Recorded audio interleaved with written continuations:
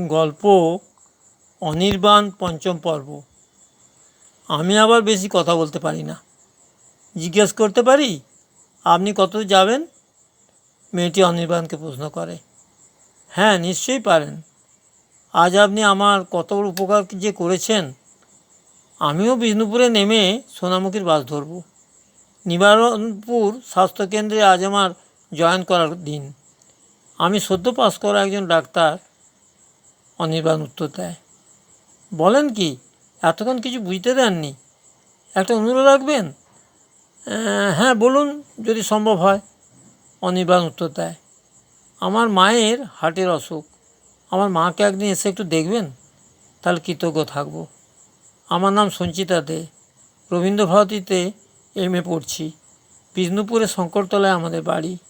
মেয়েটি গড়গড় করে বলে যায়। ট্রেন গড়বেতা পেরোচ্ছে।